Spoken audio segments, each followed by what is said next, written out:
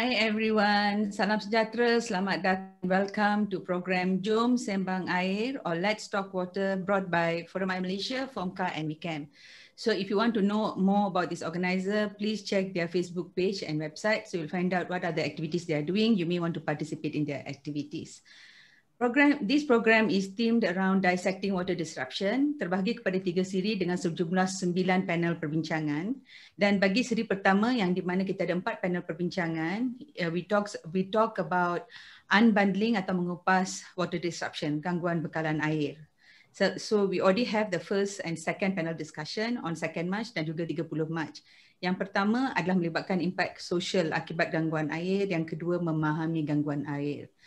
Untuk panel perbincangan ke hari ini, kita nak mengupas punca-punca gangguan air. So together we have here 4 panelists, all with extensive experience, but I want to take the approach first and foremost to introduce the only lady that so far have appeared on our panel, Puan Hasli, Principal Assistant Director from LUAS.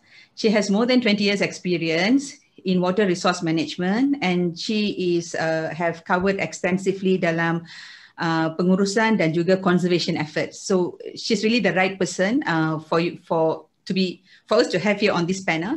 And I think she also have given a talk on 30th March di bawah Selangor forum, when Selangor had a forum related to water. So I suggest that you do go check out LUAS Facebook page to know more about what they have done, and there was like a half-day program they have done. Second is a person that I've known for very, very long time, Engineer Jalal. He is a pengarah kanan di dalam Suruhanjaya Perkhidmatan Air Negara, and right now he is in charge all the pengoperasian seluruh Semenanjung Malaysia dan juga Labuan. He started off his journey in private sector before he joined Jabatan Perkhidmatan Pembentungan, and later he became pengarah in the SPAN, and finally now he's a senior director. So we're really, really glad he's here. He is really a hands-on person and involved in the groundwork, especially kalau ada water disruption. Kalau tengok SPAN punya website, punya page, definitely can see Engineer Jalal right there on site, trying to probably, sabarkan orang yang marah-marah dan juga getting the operators to do what they're supposed to do. So that's Engineer Jalal for you. And please do also check, SPAN has extensive presence on social media. So please do go and check their page, what they are doing, the activities that they are involved in. Third is Engineer Aziz. Engineer Aziz adalah, he's a senior manager, pengurus kanan bagi perkhidmatan air, with pengurusan air Pahang Berhad, so from pipe. So we are glad he's the first water operator that appearing from the East Coast side. So thank you, Engineer Aziz.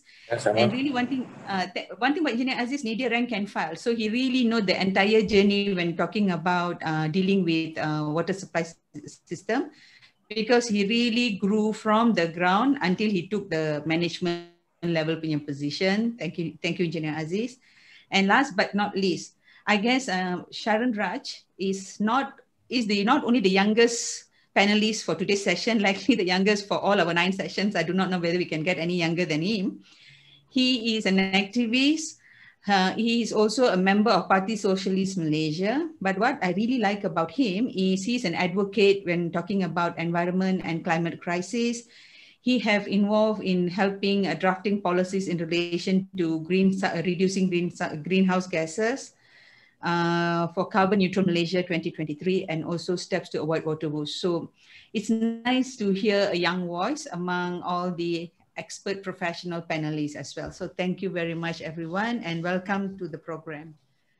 Sebelum kita dive deep on the conversation regarding punca-punca gangguan bekalan air, dalam sesi yang lepas kita dah dengar banyak berkaitan dengan memahami gangguan air, maksudnya kategori terancang, tidak terancang, mekanisme bagaimana operator air memohon kebenaran kalau untuk kes-kes gangguan air yang dirancang. So before we go into the detail, first and foremost I would like to ask Puan Haslina. Because Puan Haslina ni adalah badan kawal selia berkaitan dengan sumber air. So really would like to know di mana punca kuasa yang memberi kuasa kepada LUAS untuk melaksanakan bidang kuasa mengawal selia sumber air, dan adakah setiap negeri mempunyai agensi seperti LUAS? So Puan Haslina. Okay. Terima kasih Miss Punita atas soalan yang dikemukakan ya. Untuk makluman semua ya, Lembaga Urus Air Selangor ataupun LUAS adalah suatu agensi yang telah ditubuhkan di bawah kerajaan negeri, yang mana ia telah diberikan kuasa melalui enactment LUAS 1999. Dan untuk makluman semua ya, pada 9 April 1999 sebenarnya Dewan Undang-Undang Negeri Selangor telah meluluskan enactment ini, yang mana ia orang kata sangat luas lah, seperti namanya luas. Okay? So actually the fungsi pun ikut Section 6 adalah sebanyak 17 fungsi. Kalau kata 17 fungsi untuk suatu agensi itu agak luas dari segi peranannya lah. Okay? Dan untuk makluman, di negeri-negeri lain ya, pada masa ini mereka telah menggorak langkah bersama-sama dengan luas.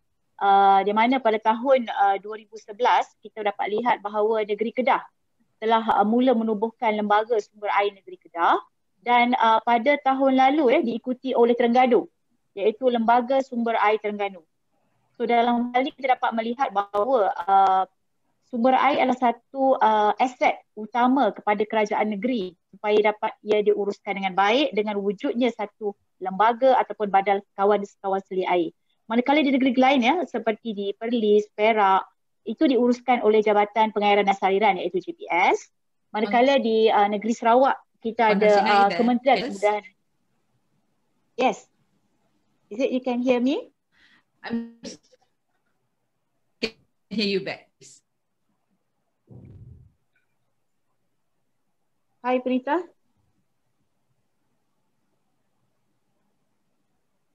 Yes, I can hear you now, Puan Haslina.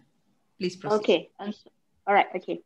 So, we lost you at the Puan Haslina, we lost you at the part where Puan Haslina ceritakan yang Kedah pun di dalam proses untuk menubuhkan satu badan atau kawan selia sumber air.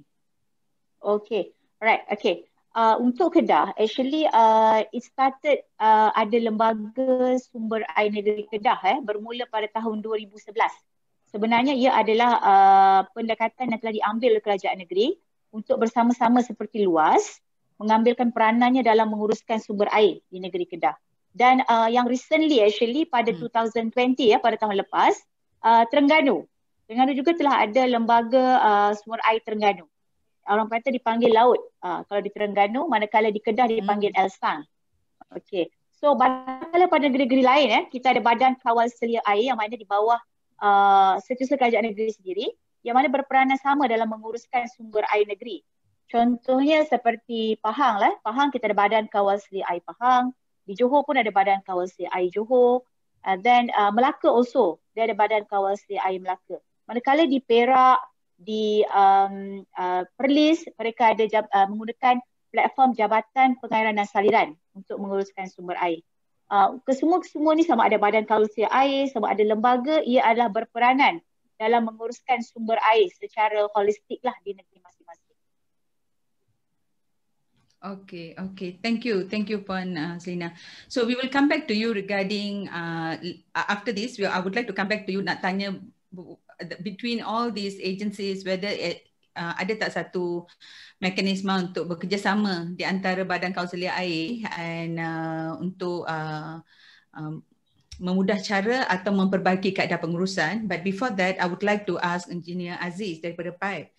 Dalam panel perbincangan yang lepas, yang kedua, apa yang kami dapati adalah atau dimaklumkan di dalam panel, hampir 40% daripada gangguan bekalan air adalah disebabkan ataupun aduan adalah disebabkan oleh paip pecah. So bagaimana dalam konteks negeri Pahang? So is it masalah yang sama atau Pahang ada isu yang berbeza? Okay, terima kasih. Punita, can you hear me? Yes, I can hear you. Okay. Terima kasih kepada Cik Punita dan Cik Sarah kerana sudi menyebut saya kepada forum malam ini. Alhamdulillah kita dapat bersama pada malam ini. Jadi berkenaan dengan soalan yang dibangkitkan oleh Cik Punita tadi, berkenaan dengan 40% gangguan bekalan air.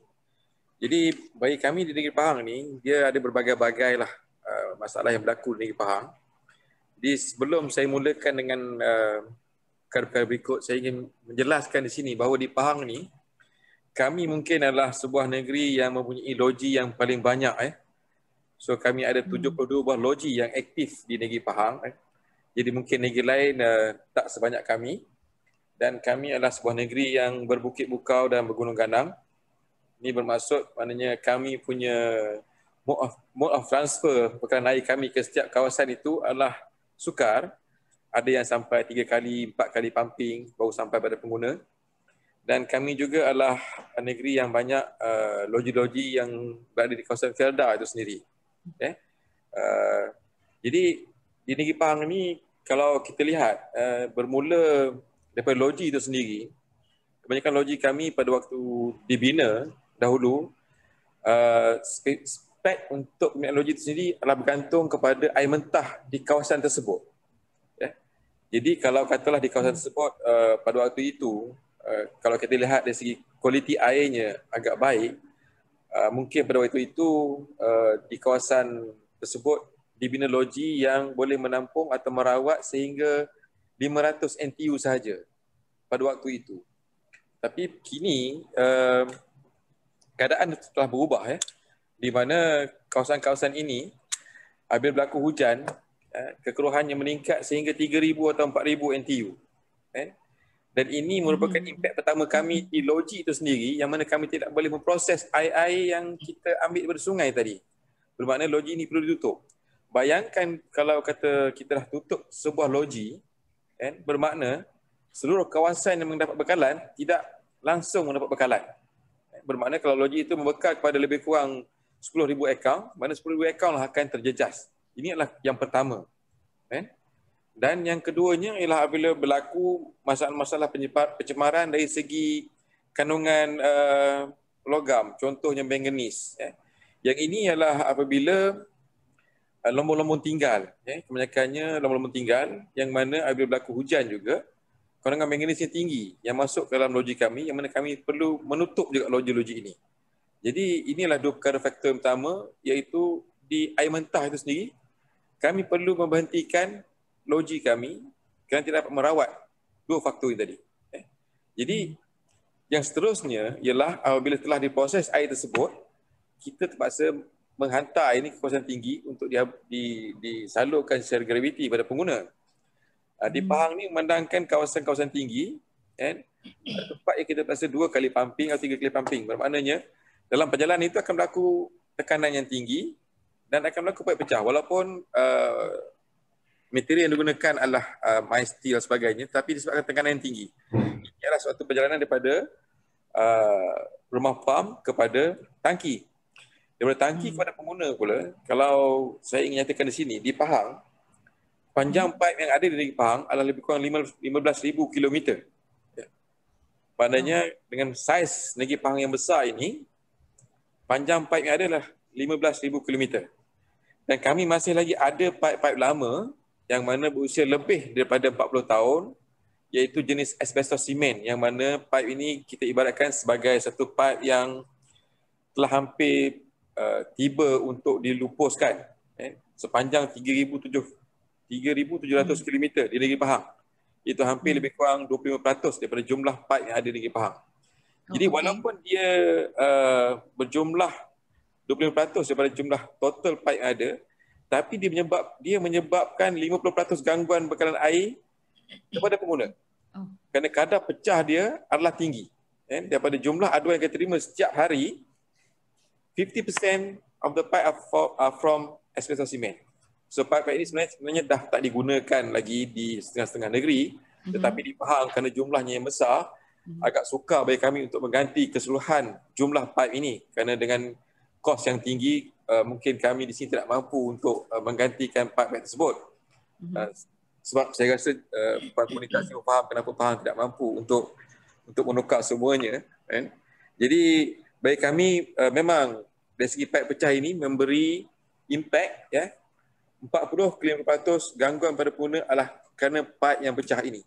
Dan pipe-pipe ini adalah datangnya dari pipe yang uzur yang lama yang bukan dipasang oleh pengurusan air Pahang sendiri.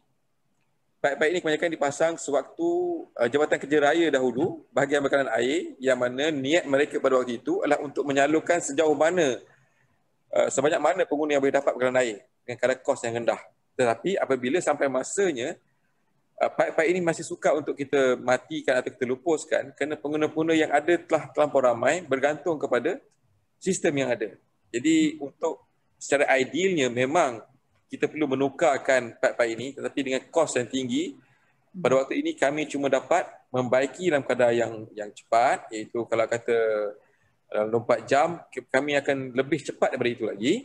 Yang keduanya kami akan membuat kawalan tekanan supaya memastikan pengguna dapat bekalan air walaupun tekanannya tidak melebihi maksud saya bukan tidak melebihi syarat-syarat ditentukan oleh SPAN, dan bersama kita dapat mengawal tekanan dan kadar pipe pecah ini akan dapat direndahkan. Itu Cik Punita daripada saya. Okay, thank you Engineer Aziz. So looks like macam hampir sama dengan negeri-negeri lain. Masalah masih sebagian besar dah disebabkan oleh pipe pecah. But again, I think I want to bring this question kepada Engineer Jalal because Engineer Jalal is from Spain. So Engineer Jalal, so what I would like to know is one part from what Engineer Aziz is explaining, one of the reason atau punca besar kegagalan pipe jenis asbestos pipe, ACP pipe ya. Ya, betul. ACP pipe hanya walaupun dia hanya 25% daripada 15,000 kilometer, tetapi kegagalan dia menyebabkan 40 lebih peratus kan. Dan kenapa dia gagal adalah sebab mereka nak cuba capai tekanan yang telah ditetapkan. So dia macam chicken and egg lah. Either way macam memang dah design untuk gagal, kemungkinan besar sebab pipe-pipe ni lama. So I'm wondering bagaimana kalau SPAN nak cuba kawal selia atau nak ambil tindakan penguatkuasaan, ini rasanya macam agak sukar untuk SPAN ambil tindakan penguatkuasaan sebab ini masalah bukan orang tidak mematuhi undang-undang. Ini sebenarnya lebih kepada aging punya masalah kan. So how SPAN handle masalah-masalah macam ni, isu macam seperti ini? Okey, terima kasih Pak Punita. Sebenarnya isu pipe pecah, aging pipe jenis AC memang berlaku di setiap negeri di semenanjung Malaysia dan juga Labuan lah di bawah SPAN, dan termasuk juga di Sabah dan Sarawak. Saya rasa isu ni adalah isu yang dominan dalam industri bekalan air. Even di Selangor sendiri pun, di Selangor ada 30,000 kilometer pipe utama lah, lebih kurang dan daripada jumlah tersebut masih ada sebanyak 6,000 yang belum ditukar kepada pipe jenis lain. Maknanya pipe AC masih ada lagi sebanyak 6,000 kilometer panjang. Cuma pihak SPAN sebenarnya apabila dia bergantung kepada bila migrasi, kita ada sistem migrasi kepada rejim baru di bawah SPAN, mana dilesenkan di bawah SPAN. Jadi pihak operator perlu mengemukakan KPI dia, operator, untuk membina ataupun dalam masa yang sama mengurangkan NRW. Tapi dari segi undang-undang memang tak ada undang-undang yang boleh kita ambil tindakan kepada perkara ini, kecuali pihak operator tidak, sebenarnya ada undang-undang yang lebih besar jika pihak operator gagal mematuhi KPI yang telah diluluskan dan ditetapkan oleh SPAN. KPI itu dalam bentuk setiap 3 tahun, kita panggil OP Operation Period for 3 years. Itu yang setelah dilesenkan di bawah undang-undang SPAN lah. Itu yang boleh saya cakap secara general lah. Cuma hari ini saya ingatkan kita bincang pasal pencemaran kan. Cuma untuk one of the second part yang kita akan move will be yang melibatkan quality air. Tadi I think Engineer Aziz pun ada sebut. Satu lagi is quality air berkaitan dengan especially turbidity Engineer Aziz, if I note you correctly. So that is another angle yang kita akan bincang juga, sebab that is also one of the prominent challenges atau punca gangguan bekalan air lah. So if you have something to say regarding that, Engineer Jalal, berkaitan dengan quality air, please share. Saya cuma nak share, malam ni juga adalah berlaku gangguan yang agak besar di Kuala Lumpur. Kalau kalau pengguna di Kuala Lumpur sepatutnya maklum sebab notis telah dikeluarkan. Ini gangguan secara berjadual lah kita panggil. Okay. Shutdown. Disebabkan penukaran sluice valve ataupun valve yang besar yang melibatkan loji rawatan air Bukit Nenas dan juga Wangsa Maju. Ini untuk air kita kata raw water lah, untuk sumber air dari Kelanggit Dam. So buat masa sekarang ni kalau saya boleh update lah, kerja-kerja telah hampir siap dalam 98% lah dalam jam 8.30 tadi, dan gangguan akan melibatkan 40,000 akaun pengguna di area Kuala Lumpur dan Gombak. Itu yang kita nak share jugalah untuk pengguna, supaya saya harap pengguna masing-masing telah menyimpan bekalan yang mencukupi dan berjimat cermat semasa menggunakan air, kerana di kawasan-kawasan yang jauh, yang tinggi, bekalan bergantung kepada jarak dan juga ketinggian kawasan, pressure. Jadi bekalan yang jauh akan mengambil masa sehingga 68 jam kalau ikut kelulusan yang diberi dari tarikh pukul 9 pagi tadi. Jadi dalam 2 hari lebih jugalah tak ada air. Tapi mungkin kawasan yang dekat air akan disalurkan bermula malam inilah. Okay, terima kasih Engineer Jalal. I think maybe I would like to also peluang yang bagus lah, sebab I think there was an incident right now that is happening. Luckily saya dekat bahagian yang diserve oleh Sungai Selangor, so I'm pretty safe I guess. But I'm sorry for those who be affected. Tapi I think it's a good scenario juga to explain the entire situation. Sebab bila kita cakap mengenai gangguan air, a lot of time pandangan pengguna adalah kelemahan agensi-agensi yang kawal selia dan juga operator. Tapi kadang-kadang dia bukan isu kelemahan. Dia adalah isu penyelenggaraan. There's a need to do maintenance. It must be done. Kalau tak, instead of 68 jam mungkin jadi 68 hari kalau tunggu benda tu gagal. So sometimes kita kena terpaksa buat beberapa tindakan yang memerlukan short term disruption supaya penyelenggaraan tu boleh dibuat. So I guess it's a good thing that actually you point up, but maybe also can use this opportunity. I would like to go back to Engineer Aziz. If you can explain further apa yang Engineer Jalal cakap tadi berkaitan dengan apabila terdapat satu gangguan, tak kiralah mengenai quality atau quantity, bila air dibekalkan semula, apa proses yang diambil untuk air to be released back kepada public in term of meningkatkan storage tank punya capacity, water reservoir punya capacities, and then what is that, the tekanan udara dalam pipe yang dah kosong. So I think sometimes maybe this is a good opportunity untuk explain secara terperinci what is the process sampai air tu mereka buka balik pilih ada air. Sebab normally kalau buka pilih dah keluar angin dulu baru udara dulu baru air, right? Yeah. So maybe this is a good opportunity for Engineer Aziz dan juga Engineer Jalal to explain further that process. Okay, Cik Punita, okay. So saya percaya bagi gangguan yang berlaku di Kuala Lumpur sekarang ini adalah gangguan yang kita panggil sebagai gangguan berjadual, yang mana operator akan memohon dengan pihak SPAN sebelum kerja-kerja dilakukan. Jadi saya percaya sebelum kerja-kerja dilakukan, proses untuk menetapkan tarikh tersebut telah dibuat beberapa siri perbincangan dan sebagainya. Mungkin bukan pada tahun ini, mungkin pada tahun lepas lagi mereka telah membuat perancangan dan sebagainya untuk memastikan bahawa tidak ada masalah sewaktu korek gali dan sewaktu pemotongan bot pertama ataupun skru pertama dipotong pada flange Swiss valve tersebut. Mereka telah pastikan bahawa everything dalam keadaan yang baik. Dan saya rasa pihak operator ataupun kontraktor, kebiasaannya bagi kami, kami akan membuat shop drawing dahulu. Bermaknanya kita tidak mahu ada kesilapan sewaktu memotong pipe tersebut.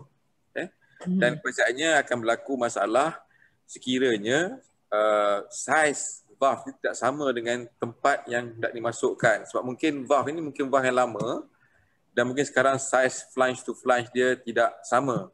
Jadi mungkin perlu dipotong pipe tersebut untuk masukkan valve yang baru. Tapi ini semua saya rasa pihak operator akan mengambil tindakan, membuat drawing dan sebagainya supaya tidak berlaku kesilapan. Okey, saya percaya bagi operator sendiri di seluruh Semenanjung ataupun di Sabah Sarawak, apabila kita membuat satu shutdown yang besar seperti ini, kita akan pastikan setiap tangki-tangki kita berada dalam keadaan penuh. Bermakna, sewaktu kita nak menutup operasi, kita pastikan at that time, contohlah kalau pukul 12 malam tutupan tersebut, 12 malam tersebut, tangki-tangki yang memekalkan air kepada pengguna berada dalam keadaan penuh. Ini bermakna, tidaklah waktu operasi berjalan baru nak penuhkan air sebagainya. No. Apa yang biasa yang akan dibuat oleh operator ialah memenuhkan tangki sebelum kerja-kerja dimulakan. Kemudian selepas kerja dimulakan, sehingga tamat, dan hendak memulakan sebuah operasi, kita akan membuka scour line di mana kita nak pastikan air yang kotor ni tadi akan keluar sehingga bersih, termasuklah angin-angin yang berada dalam pipe tersebut supaya tidak berlaku pipe burst. Selepas kita buat kerja tadi, bila kita buka akan berlaku pipe burst pula. Ini bermakna akan berlaku 2 kali masalah kepada pengguna. Pertamanya ialah schedule tadi, kemudian unschedule pula masalahnya. Jadi apabila berlaku operasi seperti ini, operator akan memastikan dari unit quality mereka akan buat proses scouring sehinggalah bersih dan buat ujian bahawa air tersebut selamat sampai pada pengguna. Dan apabila air ini sampai ke tangki, barulah maknanya operator akan membuka air tangki tersebut pada pengguna. Ini maknanya this is to ensure that air yang diproses daripada logi tadi telah sampai kepada tangki simpanan yang telah penuh tadi, dan barulah maknanya air yang dalam tangki ini dilepaskan pada pengguna. Bermakna tidak ada lapse di antara air yang sampai dengan air yang berada dalam tangki. Itulah proses yang memang kita adakan di setiap negeri yang saya rasa bila kita proses schedule breakdown ni, kita pastikan bahawa tidak ada berlaku kesilapan. Kita tidak akan buat, maknanya suatu nak buat proses shutdown sampai masa air tidak ada dalam tangki, kita tutup logi dan bila siap baru nak pump penuhkan tangki. No, kita tidak buat seperti itu. Kita pastikan tangki-tangki ini penuh. Dan bila air daripada logi tadi yang telah diproses sampai ke tangki, baru kita akan lepaskan air tersebut. Dan pada masa sama juga, kita akan buka semua scour, semua hydrant di kawasan tinggi supaya angin akan dikeluarkan dahulu. Dan apabila air dikeluarkan, kita akan uji air tersebut untuk memastikan kualiti air itu menepati spesifikasi yang ditetapkan oleh pihak KKM. Itu Puan Punita, Cik Punita. Okay, thank you, Engineer Aziz. So Sharon, you have been patiently waiting and listening the detailed explanation given by Engineer Jalal as well as Engineer Aziz when we are not talking about the unscheduled and pure accidents, especially because a large portion of it is also scheduled, right? So things has been planned very strategically years in advance, and the need for disruption happens because there's absolutely like no other recourse. So, but you dealing with people on the grassroots level, the marginalized group, what is their pain points or pressure points that you see that is actually happens during this water disruption? And, I also as a political activist, right? So what do you think can be done to reduce that pain and pressure point? Because this is absolute necessity. The entire thing, Engineer Aziz just explained the process, right? So it's absolute necessity. But how do you want to close that gap dengan the pain point of this marginalized and grassroots people? Pertama sekali, saya berterima kasih kepada para penganjur kerana menjemput saya untuk malam ni di kalangan barisan panelis-panelis yang cukup hebatlah. Kalau kita lihat dalam kalangan komuniti yang marginal, pertama sekali konteks dia, air ni adalah hak manusia lah. Pertanyaan tu kita kena accept dululah. Tidak kira sama ada seseorang itu adalah orang Malaysia atau sama ada pendatang asing tanpa izin, undocumented, so on. But as long as you're human, water is a necessity and we have to recognize that fact. And impact air kepada komuniti, kita lihat daripada khususnya komuniti bawahan lah, the marginalized group, happens in terms of not only during water disruptions but also during non-water disruption in terms of water quality lah. I'll start with the water disruption first. kalau kita lihat kebanyakan golongan very low income, they are actually in a public housing complex, PPRT and so on. Okay, dan maintenance di kompleks perumahan ni adalah sangat-sangat teruk. Okay, sangat-sangat teruk kerana kerajaan negeri melepaskan kepada komuniti tersebut untuk menyelenggara sendiri. Tetapi kebanyakan penduduk di situ, gaji mereka adalah gaji minimum. Ramai daripada situ adalah ibu tunggal atau orang yang sangat tua tetapi tiada persaraan. So mereka tak ada pendapatan, mereka tak mampu bayar 200-300 sebulan. Okay? So apabila penyelenggaraan di situ teruk, you akan nampak tangki rosak, ada yang tangki bocor, okay? Ada yang pipe yang tidak diselenggara sejak kompleks itu dibina dan sebagainya lah. Okay? And apa yang akan berlaku apabila berlaku pecah pipe, tangki is not working. So it's a direct water connection from the pipe. So the moment there's water disruption, they lose water immediately. Okay? Dia jauh berbanding dengan orang yang duduk contoh di Glades Putra Heights atau di Rimbayu, Kuala Langat and so on, where there you will have some sort of localized water storage dalam taman tu, atau mereka berkemampuan untuk beli tangki lebih besar, they can have some sort of buffer. But the lower income community, mereka memang tak ada that buffer. They don't have that ability to pay for it also at that time. Okay, and in most apartment PPR pun, mereka tak ada ruang untuk install tangki also. Okay, so apabila berlaku water disruption, what kind of challenges they faces? Pertama sekali kita boleh lihat kebanyakan keluarga yang ada bayi. Mereka low income community, mereka tak guna lampin pakai buang. They don't use disposable diapers. They use lampin kain. Lampin kain sebab mereka tak mampu beli. Apabila tak ada air, mereka terpaksa beli lampin guna pakai, which is considerably expensive for their salary. Okay, so this becomes an additional cost for them. And ramai low income community, mereka memang tak ada savings. So dia terpaksa mungkin berhutang dengan abang, dengan jiran or something like that, you know, just to buy the diapers because they cannot wash it anymore. And kita lihat kepada wanita, apabila mereka pada ketika itu mungkin ada haid, mereka tak mampu boleh membersihkan diri mereka dengan elok, they become less confident, they tend to take holiday, and this kind of thing happen because the inability to wash themselves. Okay, and this is the fact that happens on the ground. Okay, and then rata-rata penduduk Malaysia adalah orang Islam. Mereka kalau beberapa jam, okay, you the water storage at kolam tu okay, but if it lasts more than a day, mereka tak ada air untuk ambil air wuduk, so ini mengganggu upacara agama mereka and so on, you know. Okay, so these kinds of things you will actually see, and the issue becomes if it lasts more than a day. Makin lama dia punya water disruption, the worse it becomes. Okay, so this is largely in low income communities because mereka memang do not have the financial capacity to hold for the buffer. Okay, and satu lagi kalau kita lihat, this is very only unique to Johor, Selangor and Penang in high rises. Apabila penyelenggaraan tidak dilakukan, lift rosak and mereka tak perlukan air, mereka perlu turun beberapa tingkat untuk pergi pada lori air. And mereka akan angkat baldi air itu beberapa tingkat naik atas sebab lift tak ada.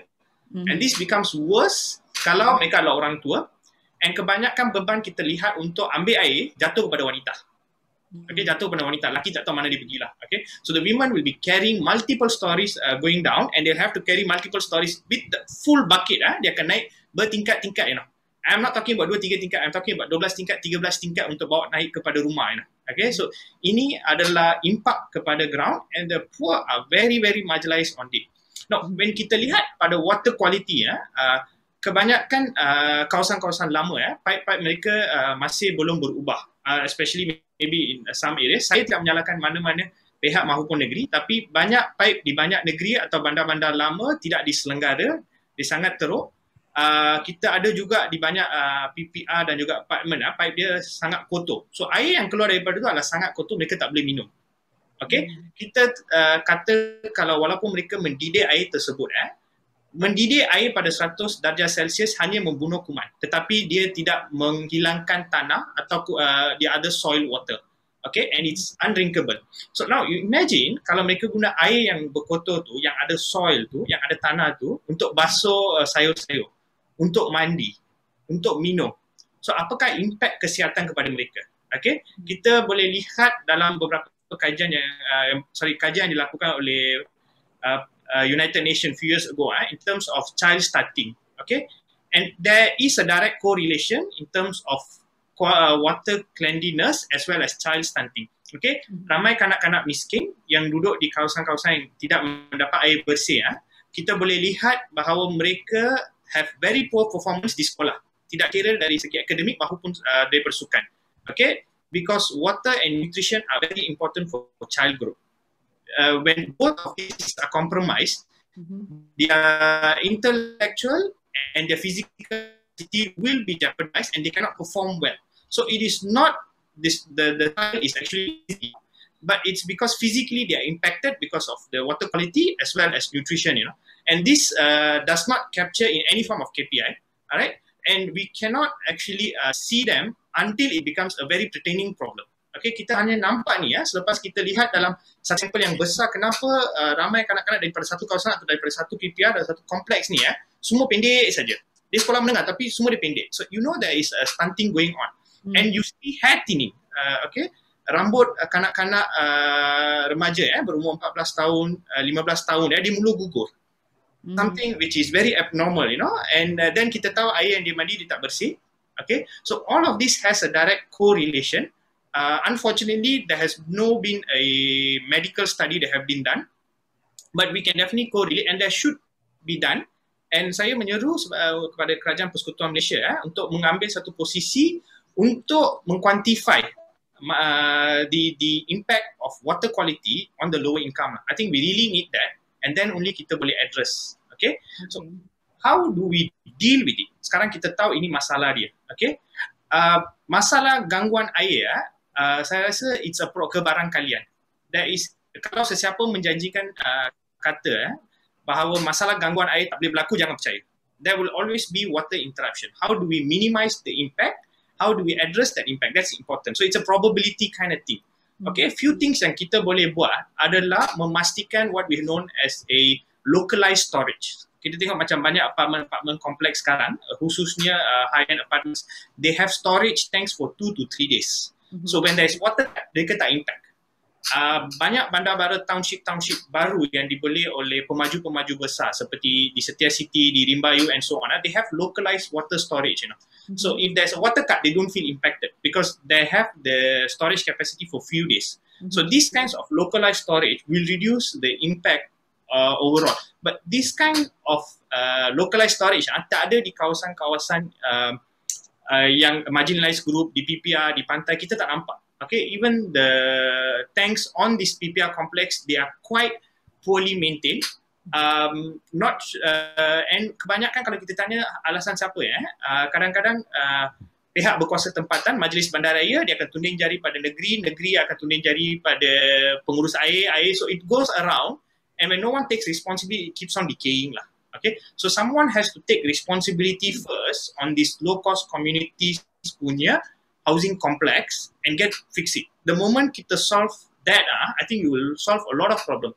Sebab sekarang walaupun you tengok di banyak kawasan-kawasan di Selangor, walaupun ada gangguan air, banyak orang middle income and high income dia tak terasa.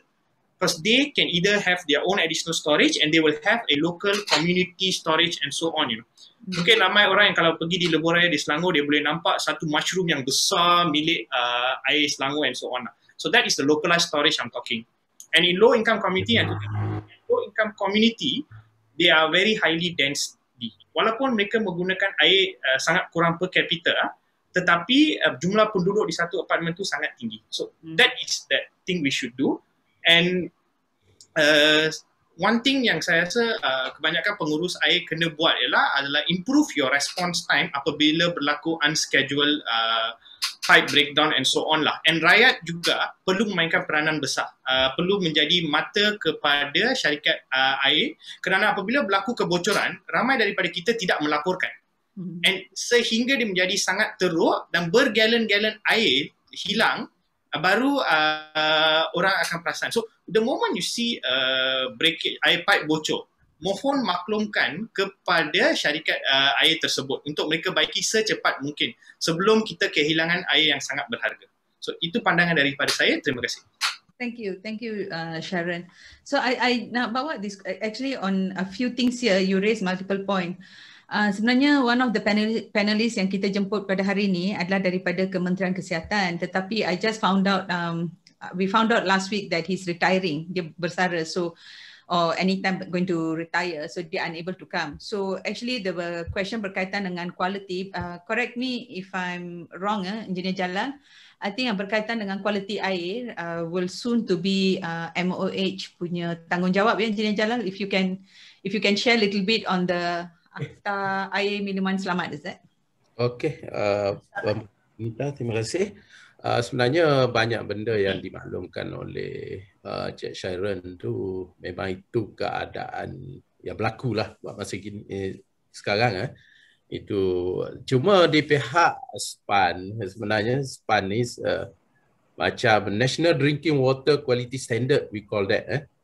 Ini adalah di bawah KKM, Kementerian Kesihatan, tetapi SPAN juga ada akta yang berkaitan perkara tu, jadi overlook on that. Tapi kita guna pakai standard tu KKM.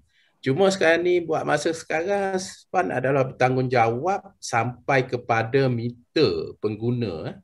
Jadi bila di dalam kawasan, contoh JMB, betul lah itu yang benda tu di bawah JMB, di bawah Kawaslia pihak PBT sebagai Pesuruhjaya Bangunan.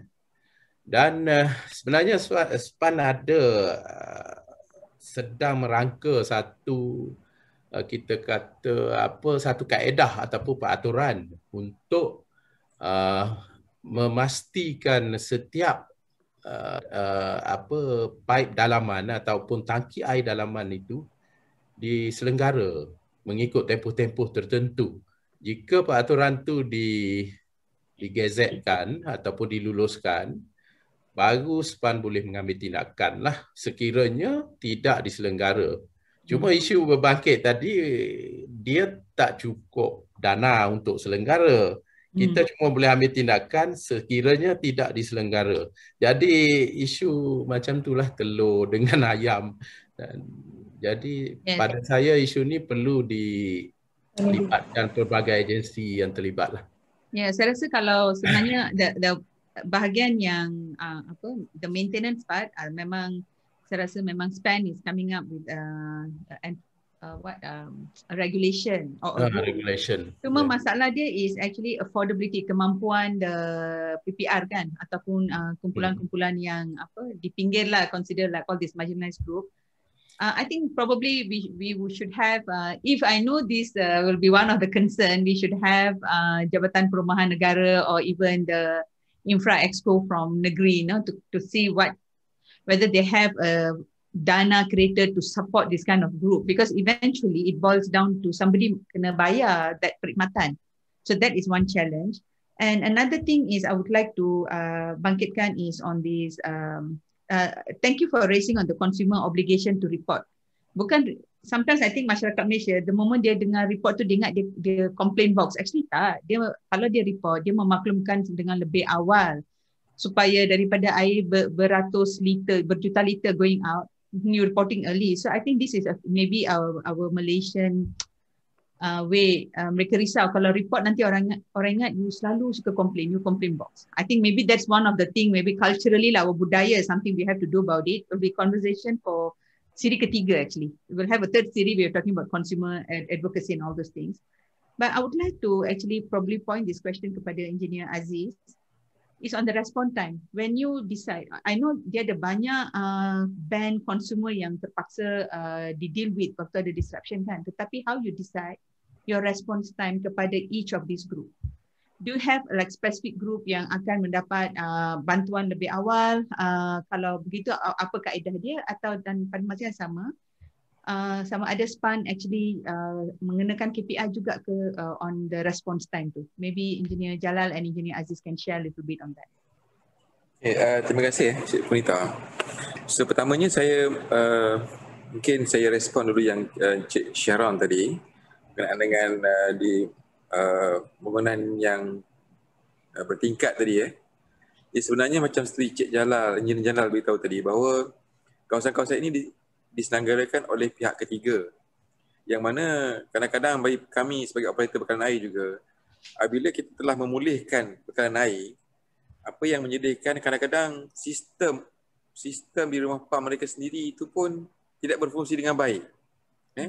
ada yang cuma satu pump sahaja ada, bila kita run dia tripping sebab perkara-perkara ini tidak diambil berat kan. Jadi begitu juga dengan sekolah-sekolah Jadi bila kita pergi kadang-kadang pump mereka tidak berfungsi, mereka bypass the system. Jadi bila bypass the system kan, pada masa tekanan yang okey mereka boleh dapat air. Tapi bila berlaku gangguan, of course kita perlukan pump tersebut untuk meningkatkan tekanan ke tangki perkhidmatan di sekolah tersebut. Okay. Jadi seperti Cik Punita beritahu tadi, adakah SPAN mengenakan KPI kepada kami, operator, untuk memastikan respon itu cepat? Ya, memang ada. Dan SPAN menetapkan sebagai contoh, mana pipe bersaiz berapa mesti disiapkan tempoh 24 jam. Jadi ini adalah satu KPI yang memang setiap operator perlu mengetahui perkara tersebut. Sekiranya tidak, kita kena memastikan kepada SPAN bahawa apakah yang berlaku selepas itu. Untuk makluman Cik Punita sendiri, macam kami di Pahang, kami memang memaklumkan kepada pihak SPAN cawangan negeri setiap notis-notis tidak kira berjadual atau tidak berjadual. Ini bermakna pihak SPAN di negeri sendiri pun memantau setiap operator adakah mereka mengambil tindakan yang secepat yang boleh bagi memastikan gangguan air ini dapat dipendekkan. Jadi kita akan ada satu grup, contoh di Pahang ni sendiri kita ada pipe dan SPAN. Yang mana dalam grup tersebut akan ada pegawai-pegawai dari SPAN negeri dan juga pengarah cawangan timur. Ini bermakna kita tidak boleh maknanya simply kata bahawa kita tidak ada pemantauan, tidak. SPAN sendiri akan memantau dalam grup tersebut notis yang kita keluarkan tidak berjadual. Contoh pipe bersaiz 300 mm pecah. Dan mereka akan memantau sama ada pipe ini telah dipertindakan atau tidak. Mereka akan bertanya dalam grup tersebut apa yang berlaku dan sebagainya. Jadi bagi pengguna-pengguna, operator perkarangan air ini sentiasa dipantau bukan sahaja pihak SPAN tapi juga KKM dari segi kualiti. Ini bermakna air yang sampai pada pengguna sentiasa dipantau bagi memastikan kepentingan pengguna itu didahulukan. Kalau SPAN tadi adalah dari segi operasi bekalan air sendiri, manakala KKM adalah kualiti bekalan air itu. Jadi bagi kami di operator bekalan air, kami juga adalah pengguna. Kami juga adalah pengguna. Jadi semestinya kami juga ingin memastikan bahawa air yang sampai kepada kami itu menepati dari segi kualiti dan juga kuantiti. So saya rasa saya menjawab soalan Cik Punita tadi. Ya, terima kasih Engineer Aziz. But talking about the KPI, Engineer Jalal, boleh ke ada tak sebahagian daripada KPI itu menetapkan kepada kawasan-kawasan yang kurang kemampuan, bukan untuk memperbaiki, yang talking about memperbaiki 24 jam tu pun dah cukup ketat lah. Contohnya untuk sampaikan this what is that the water tankers, nak sampaikan water tankers kepada kawasan PPR, high rise and all those things. Ada tak KPI berhubung dengan perkara macam tu dikenakan atau is it something yang SPAN willing to look at? Okey, terima kasih Puan Punita. Sebenarnya itu salah satu kawal selia kita adalah kepada operator lah tadi. Kita menetapkan KPI kepada semua operator di bawah kawalan kita, termasuk di Labuan. Dan salah satunya adalah respon times tadi, respon times untuk jenis-jenis pipe dari 200, 300 dan sebagainya. Dan tidak melebihi 24 jam. Biasanya kita bagi. Walaupun pipe yang paling besar, sekiranya pecah. Cuma untuk tanker, bantuan tanker, bila berlaku kita kata gangguan secara berjadual, sememangnya kita akan semak mitigasi plan, mitigasi dari pihak operator. Apabila dia mengukakan permohonan, kita akan semak, kita panggil buat perbincangan. Contohnya macam yang berlaku hari inilah. Pihak Air Selangor menyediakan 30 tanker untuk ke tempat-tempat yang kritikal dan juga ke tempat yang rumah-rumah perumahan macam ni lah. Cuma kita tidak menyediakan pam-pam untuk naik ke tingkat 12 ataupun ke tingkat 10 dan sebagainya. Memang, tapi tanker akan digerakkan untuk kawasan kritikal yang mustahak seperti dialysis center, hospital dan rumah sakit dan places of worship dan sebagainya lah.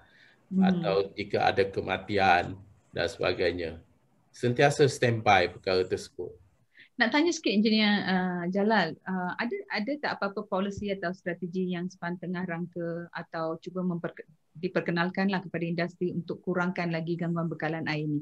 Bukan sekadar untuk paip pecah lah, because paip pecah is one thing, and then especially not on the penyelenggaraan. I think penyelenggaraan very much berkaitan dengan tarif ya, especially untuk Pahang. Saya rasa nanti Engineer Aziz lah kena cerita lah tarif Pahang ya. So I think itu adalah satu lagi cabaran, Mr. Sharan. That's another challenge. I think I do not know I think tarif dekat Pahang tak naik lebih lama daripada your age, likely, you know. So I think that's another huge challenge because the value of air tu tidak dinilai kepada value yang sebenar. So yang paling terasa adalah the low income group. Yang paling terasa tu memang low income group. So something need to be done. Tapi saya nak tahu Engineer Jalal, whether ada ke policy atau strategi baru yang SPAN nak introduce kepada industri untuk kurangkan these challenges?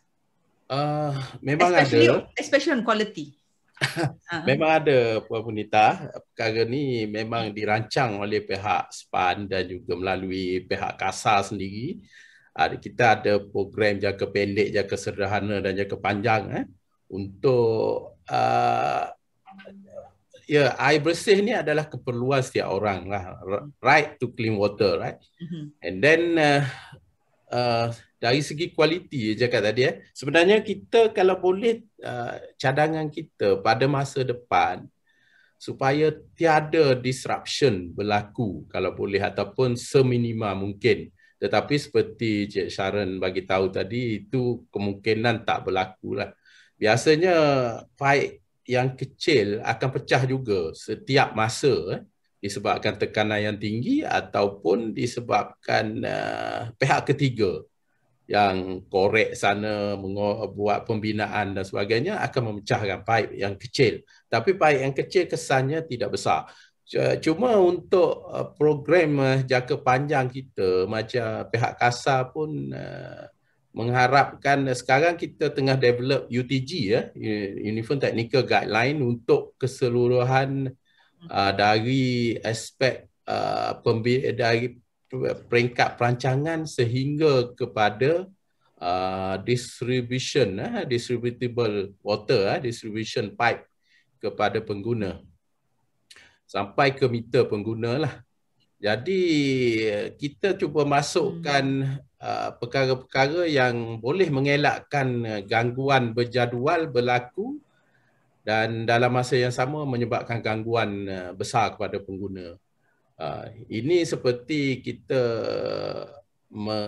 salah satunya interconnection pipe, interconnected pipe antara loji-loji rawatan air yang terlibat dan juga antara negeri ke negeri. Kita panggil grid water.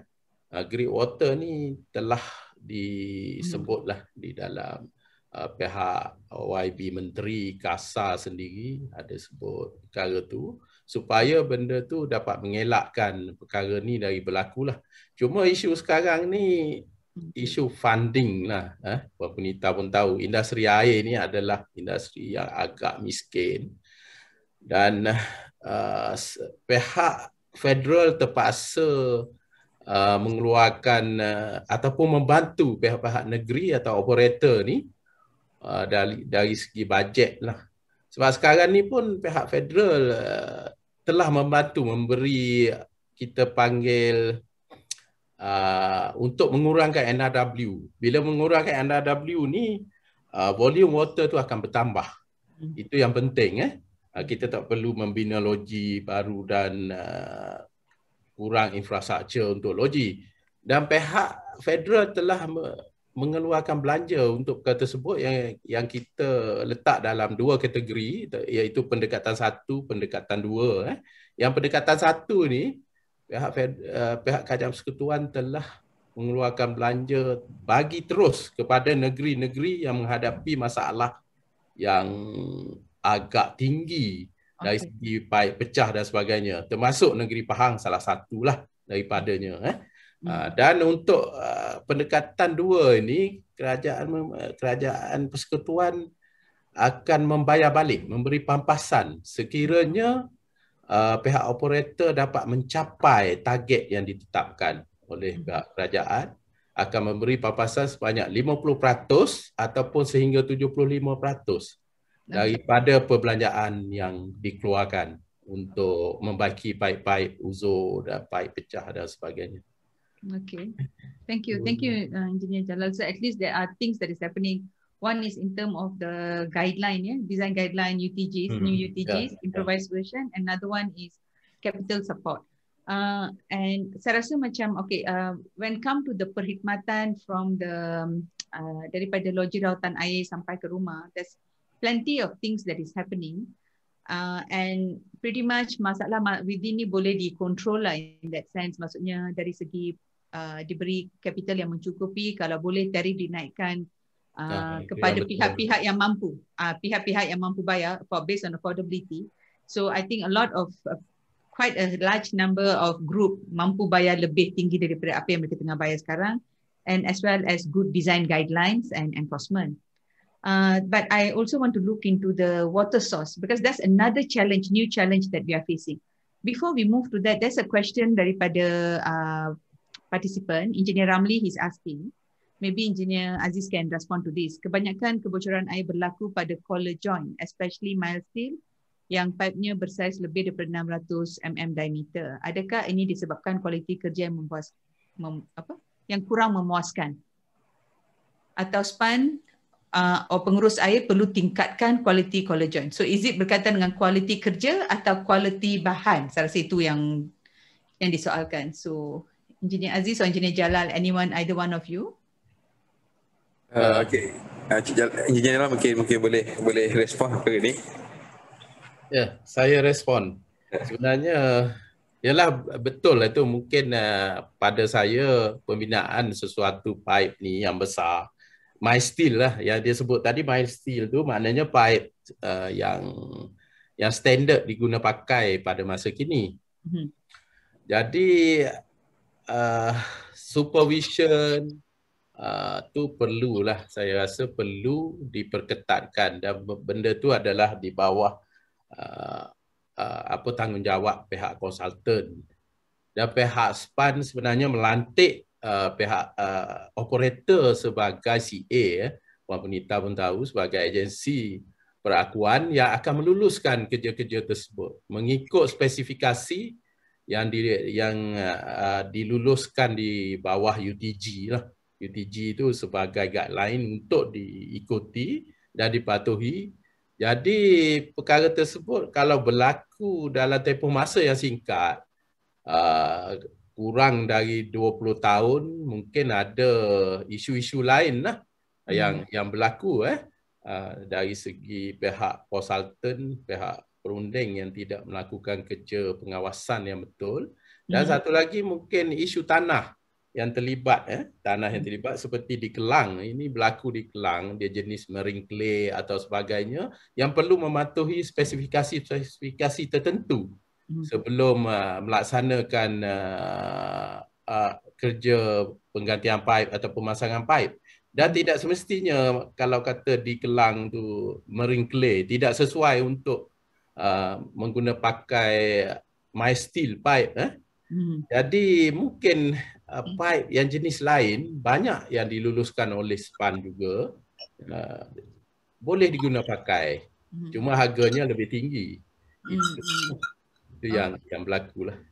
Okay, thank you Engineer Jalal. So I think I take one more question daripada Facebook ya.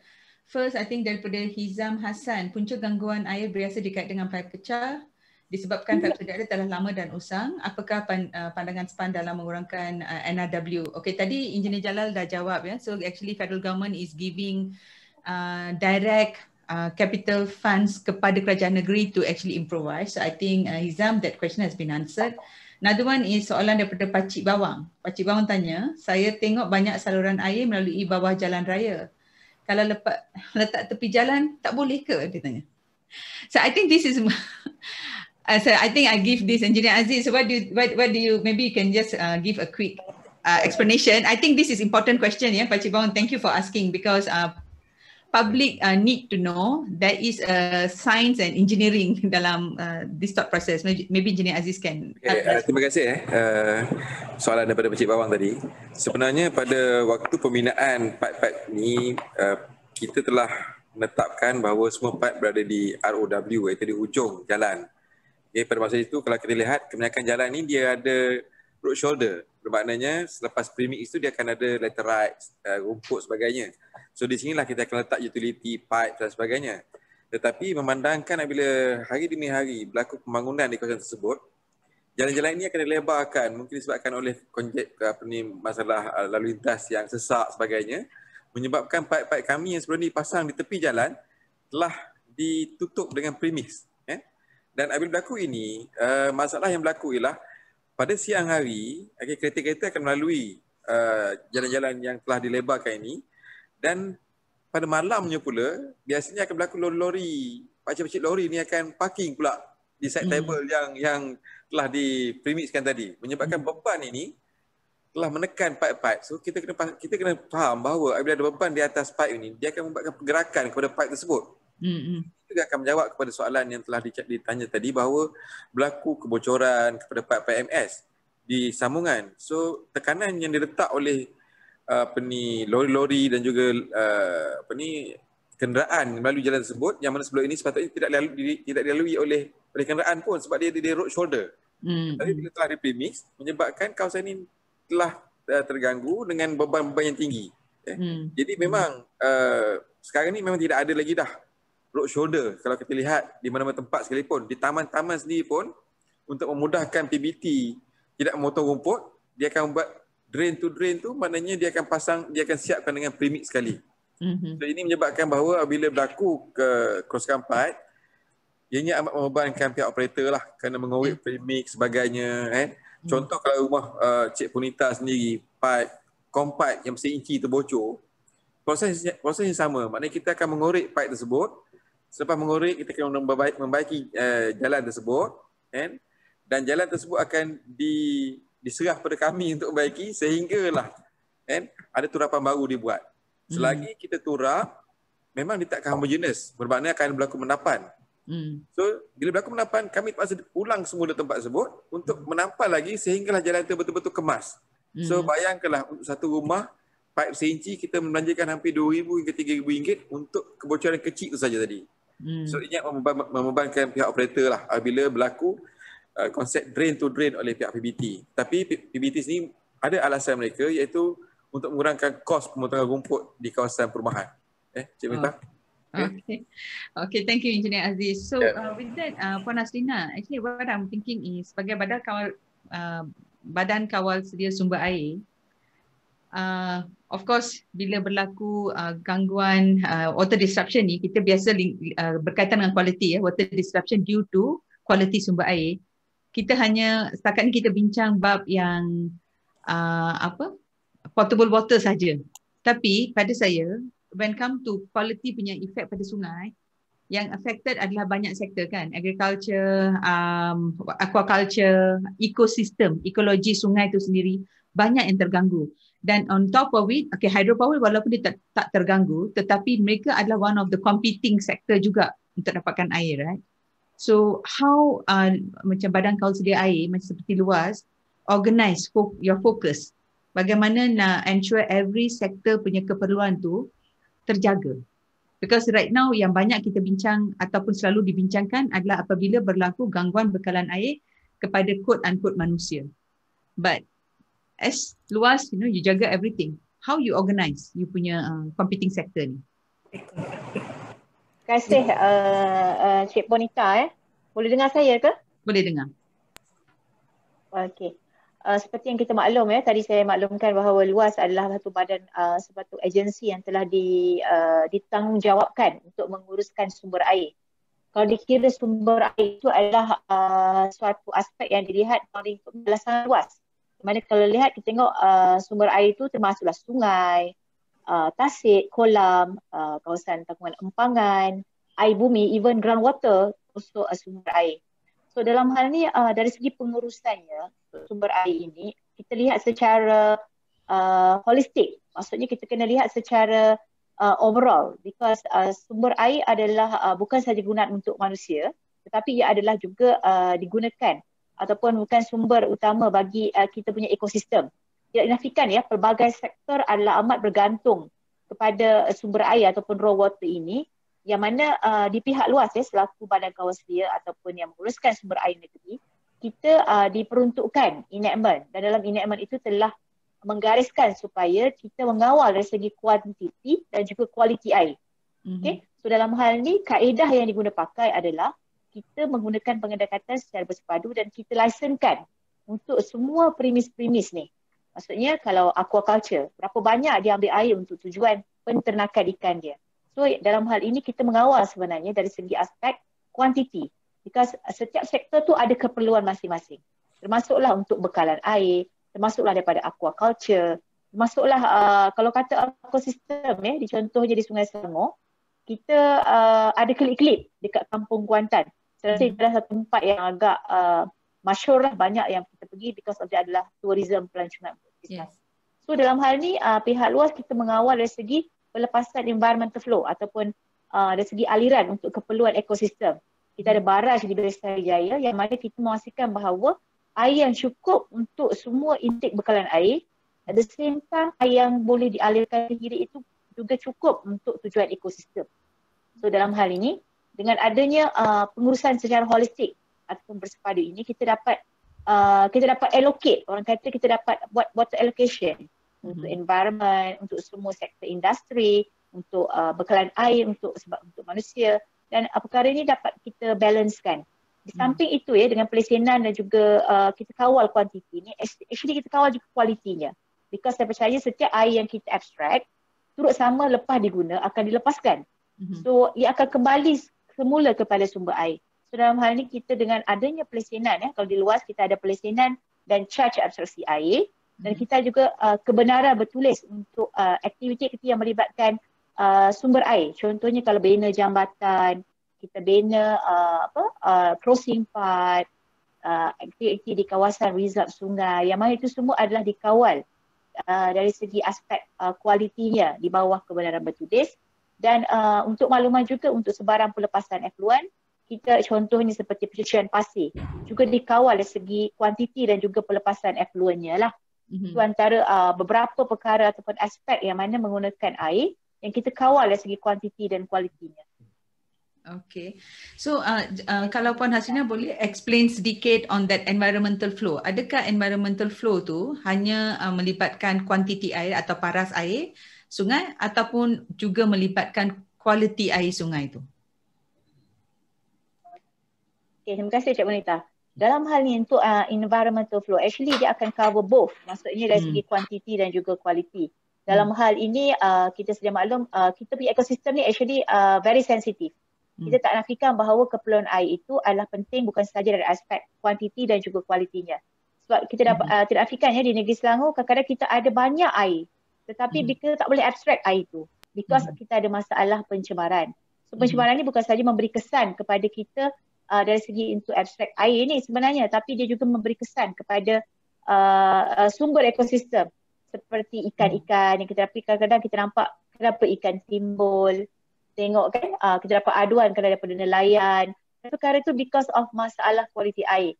Biasanya untuk ekosistem ya, usually kita dapati kalau DO tu rendah akan menyebabkan masalah kepada ekosistem kita.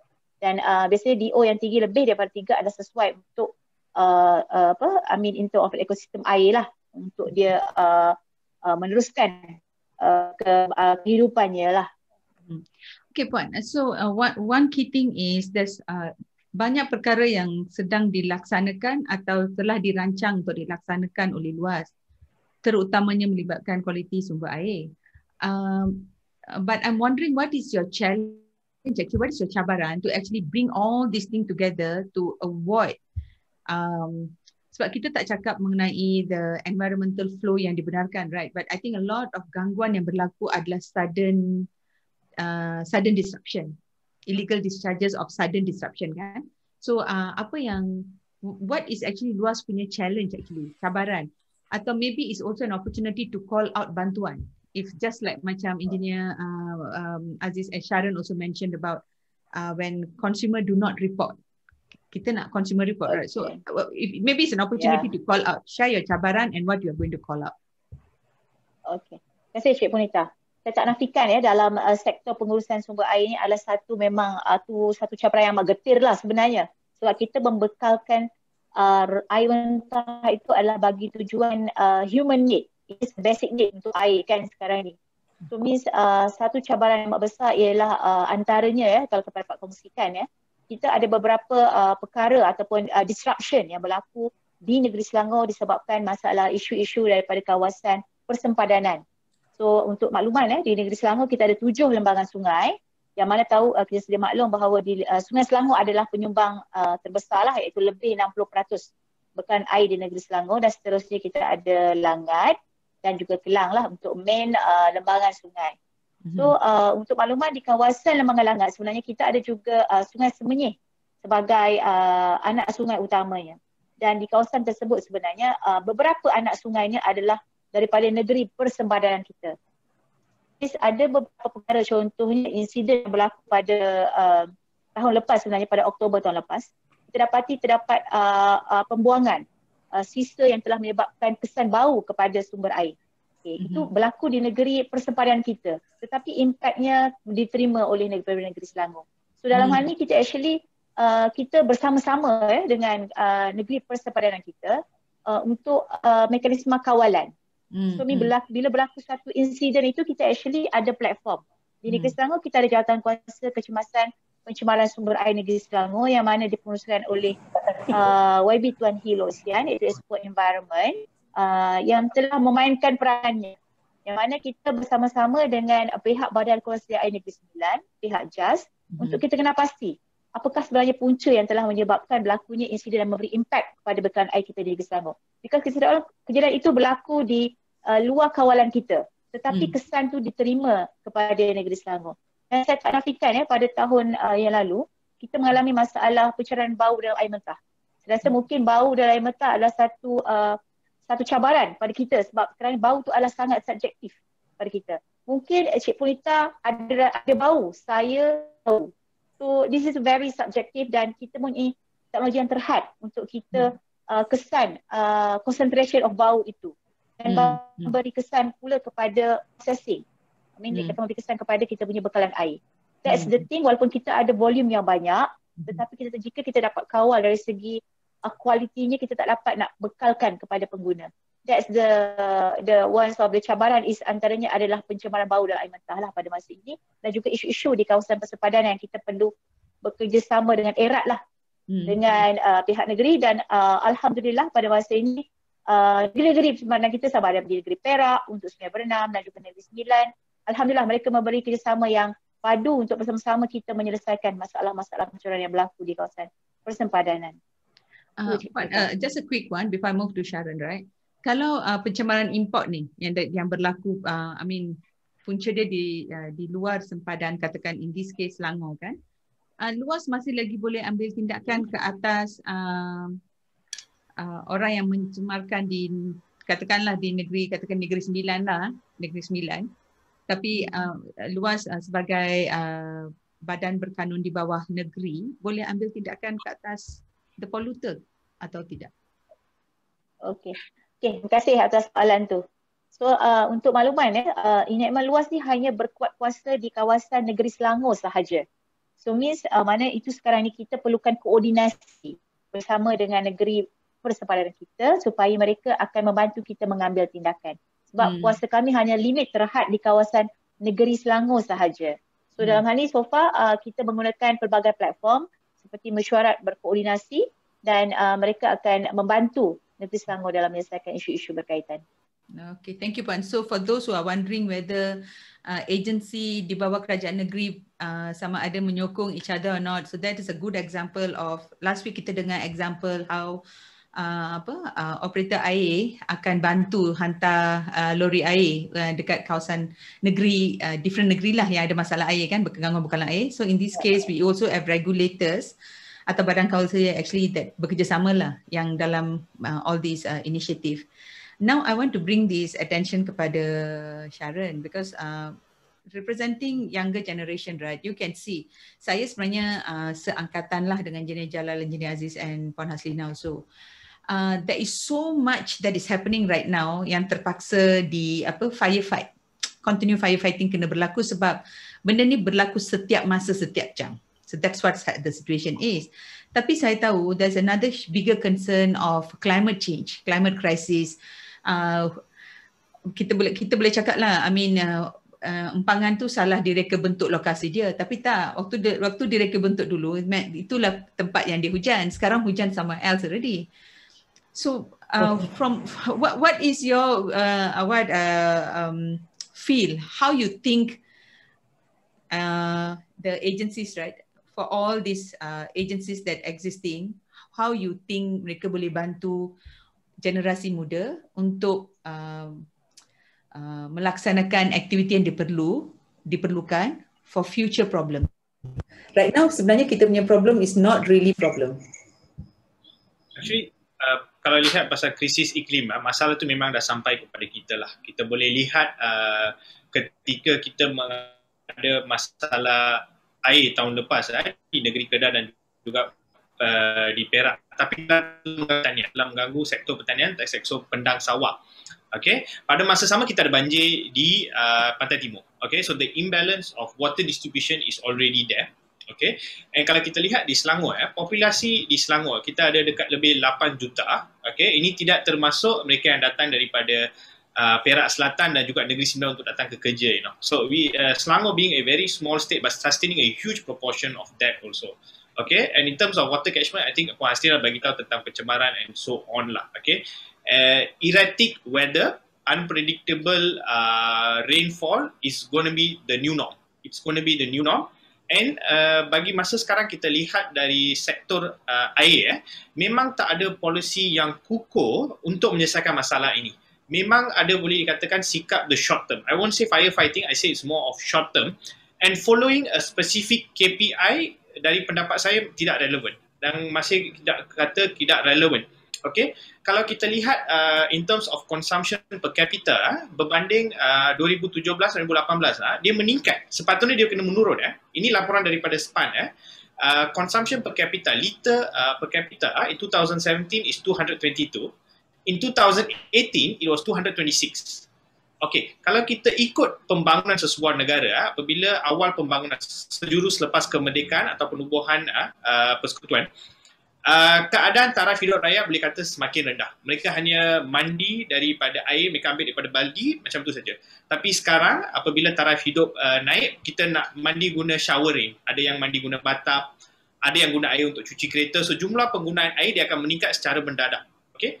Tetapi after a certain phase, this is apa yang kita kata, kita beralih kepada kecekapan menggunakan air, or water efficiency. Okay, we minimize use of water efficiency in terms of policy making and so on. Okay, polisi-polisi itu masih tidak terdapat dalam negara kita. Okay, kecuali di negeri Melaka. Negeri Melaka has some of the country's best water management system. If you compare in Peninsula, saya tidak mahu komen tentang Sabah Sarawak sebab itu otonomi mereka. Okay, kalau kita lihat kita masih menggunakan air bersih yang dirawat untuk flush tandas. Sepatutnya kita should have made rainwater harvesting for flushing mandatory by now. For a country this advanced economically, with advanced engineering in terms of a regulatory capacity, it should have been made a mandatory. And pihak-pihak regulatory tidak harus mengatakan bahawa rakyat yang kena install. No, it should not be that way. You know. You should have made it mandatory because kalau nak install rainwater harvesting for flushing, it should have been done during the construction stage. Kalau nak pecah rumah baru, nak renovate, dia merupakan kos yang sangat tinggi and ramai orang Malaysia, especially the B60%, cannot afford to break that kind of piping in that house, you know. So if you do that, you could have actually reduced our water consumption by at least 30%. Mm-hmm. Kalau kita lihat 60% daripada air di semenanjung Malaysia adalah digunakan untuk rumah, bukan untuk industri, you know.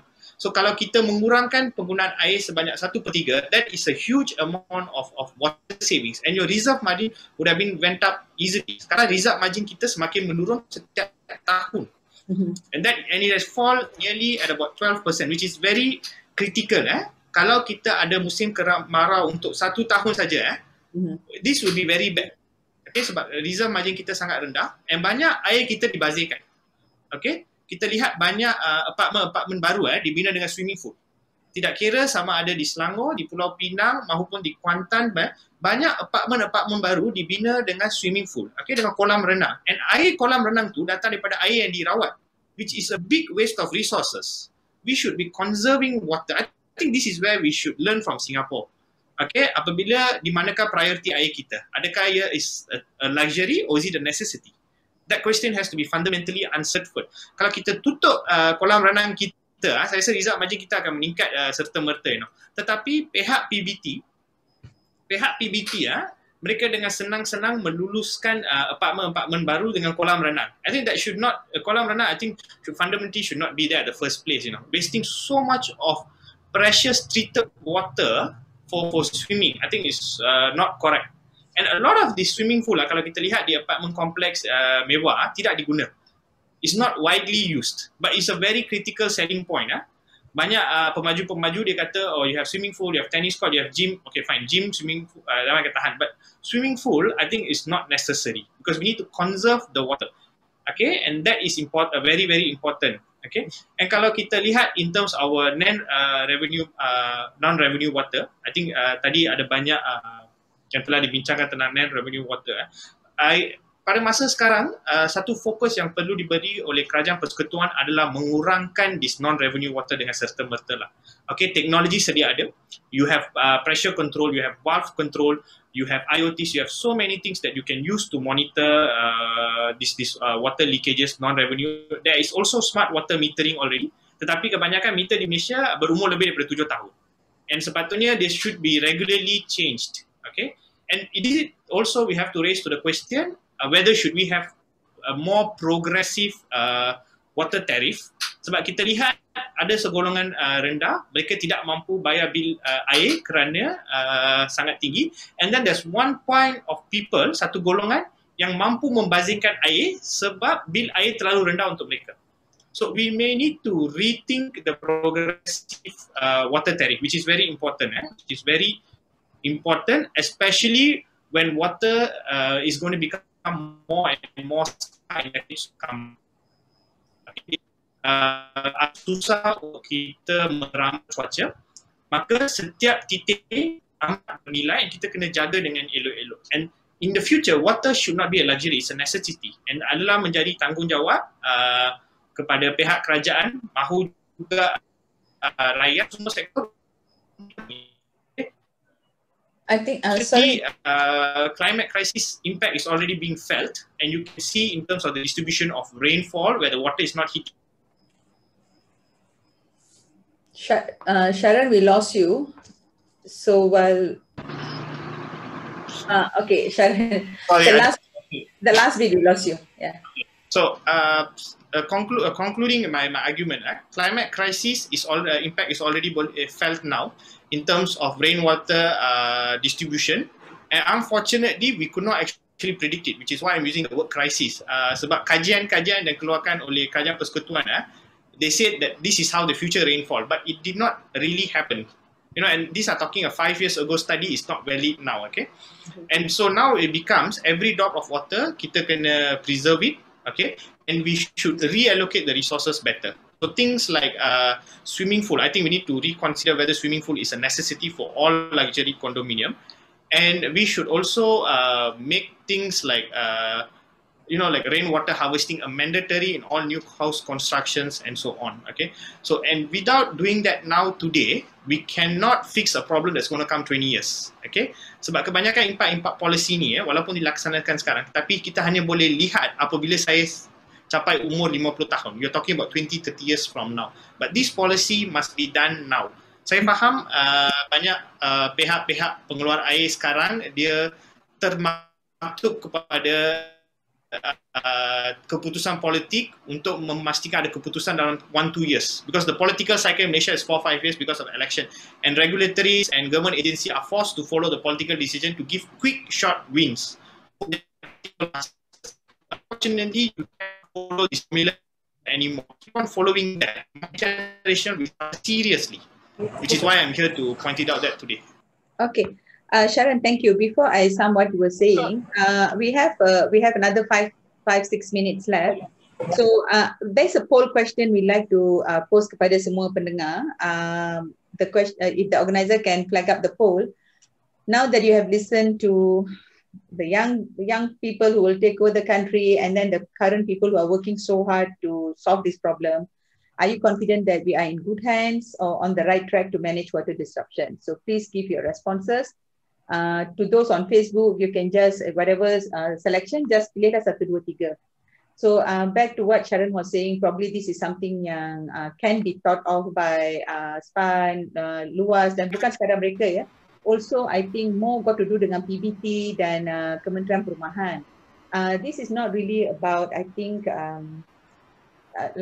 especially like for example the swimming pool kan, kolam renang, it's not about saving the air hari ni, tapi lebih kepada menukar tabiat our Malaysians lah. Sebab sekarang mereka dah biasa dengan satu perkara. So I think dia akan mengambil masa untuk change that. So probably that would be a good approach where the requirement for buildings will be reviewed and changed supaya for the next 5, 6, 7, 8 years orang dah mula biasa without having that facilities atau menggunakan facility yang disediakan dalam kawasan community. So I think that is something a good approach. That sebelum saya post my last question, there is couple of questions yang telah dibangkitkan berkaitan dengan NRW. So I think if I just specific maybe Engineer Aziz or Engineer Jalal, because I think they corrected. Mereka punya question just now is, apakah pilihan yang terbaik bagi mengurangkan NRW? Pendekatan NRW secara holistik seperti pembinaan DMA, PMA, ECT atau dengan penggantian pipe secara total untuk kurangkan NRW lah. Itu yang the question is, bagaimana kepakaran NRW itu didedahkan terutamanya kepada operator air? So that is the question they ask. So maybe a short response, Engineer Jalal or Engineer Aziz. Ya, saya respon untuk perkara ni Cik Punita. Terima kasih kepada soalan tersebut. Jadi dia ada dua perkara di sini yang berbeza ya.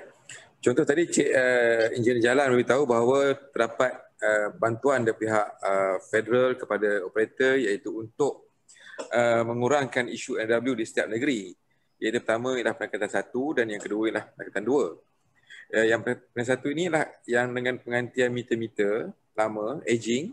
Dan yang kedua ialah menggantikan atau membaiki tangki-tangki yang bocor, yang visual inspection yang mana menjejaskan air kepada pengguna. Jadi kedua-dua ini membantu pihak operator negeri. Tetapi untuk jangka masa panjang, kita perlu membuat secara holistik, iaitu di mana kita perlu mengadakan juga sistem zone yang mana kita memerlukan district meter zone untuk kita mengecilkan kawasan-kawasan bermasalah. Dengan ini kita boleh membuat keputusan sama ada kita perlu menggantikan pipe-pipe yang kerap bermasalah dalam kawasan zone tersebut atau kita membuat satu pendekatan iaitu dengan membuat kawalan tekanan dengan lebih efisien. Jadi apa yang dibantu oleh kerajaan persekutuan pada masa ini adalah lebih kepada visual ataupun physical loss yang ketara. Jadi bagi seterusnya yang terbaik ialah kita perlu mengadakan district meter zone dan juga seterusnya penggantian-penggantian pipe yang usang di kawasan-kawasan zone tersebut. So itu saya punya pandangan Cik Punita. Terima kasih. Boleh saya tambah sikit Puan Punita? Ya. Ya, sebenarnya betul ya Cik Aziz bagi tahu tu adalah sebahagian dari pendekatan 1 sahaja. Sebenarnya untuk pendekatan 2, kita secara holistik pihak operator nak mengemukakan plan jangka panjang untuk mengurangkan NRW. Itu yang kita kata sebagai mission grant. Kalau secara mudah mission grant, kalau dia boleh mengurangkan 5% seperti mana KPI yang ditetapkan, ini contoh saja, dan dalam tempoh setahun tersebut memang dia kurangkan sebanyak yang dalam KPI yang dijanjikan, jadi pihak kerajaan akan membayar perkara tu. Yang isu DMA, DMZ ataupun PRV dan sebagainya itu adalah sebahagian daripada kaedah-kaedah untuk mengurangkan NRW. Dan untuk NRW yang holistik sememangnya sepatutnya ada perkara tu. district meter area or district meter zone dan devices yang untuk kita kesan kebocoran dan sebagainya untuk itu sebahagian daripada perkara itulah. Okay. I think Engineer correct lah, because sometimes dia bukan satu jenis jalan penyelesaian, kena gunakan pelbagai ikut kesesuaian issue NRW di the specific location lah. So I do hope that is responded. And I think another thing is kalau money is not a problem, that means either tariff is very, very high ataupun government has the ability to spend very high capex, a lot of work can be done. Like smart, even replacing the whole pipe, smart monitoring meters, smart metering and whatnot, and replacement every 7 years. So I think there's always a balance lah, where the water operators, regulators will take, sebab eventually yang pay the price is the consumer. But having said that, I think for Sharon's benefit, under Green Tech Master Plan, harvesting of rainwater, and then Bryce here suggested water authority should consider reuse, recycle. I think reuse, recycle pun is happening Engineer Jalal ya. So I think those initiatives are actually already happening. Yes. Yang Sharon Rush bangkitkan memang kita ada ke arah situ pada future goal lah untuk kita lakukan. Termasuk juga untuk devices seperti kita panggil produk check up air dan kita kuasakan perkara tersebut. Tetapi itulah untuk water consumption ni, pengguna tu sendiri yang membazir, itu kita terpaksa kita hanya boleh membuat promosi ataupun kempen penjimatan air. Seperti pada awal-awal lagi saya cakap guna air secara berjimat. Tetapi itulah bila bil itu bila tarif melibatkan tarif air yang rendah untuk golongan-golongan pertengahan dan atasan ni menganggap perkara tu tidak serius dan kalau you guna air sebanyak mana pun you tak akan lebih daripada 100 sebulan untuk sebuah rumah pada saya lah, kecuali ada kebocoran di dalam rumah tersebut. Jadi atas sebab itu kita juga untuk tarif pun kita ada sediakan guideline, kita ada mengeluarkan tarif setting mechanism yang perlu dipatuhi oleh setiap operator untuk menaikkan tarif. Cuma isu-isu lain saya tak nak sentuh di sinilah, seperti Sharon Rush bagi tahu kan, isu yang melibatkan isu politik dan sebagainya, sebab saya profesional. Ini kita just cerita apa yang kita buat kan. Betul. Dan kelulusan itu di pihak peringkat kerajaan persekutuan lah. Okay. I think what can happen is also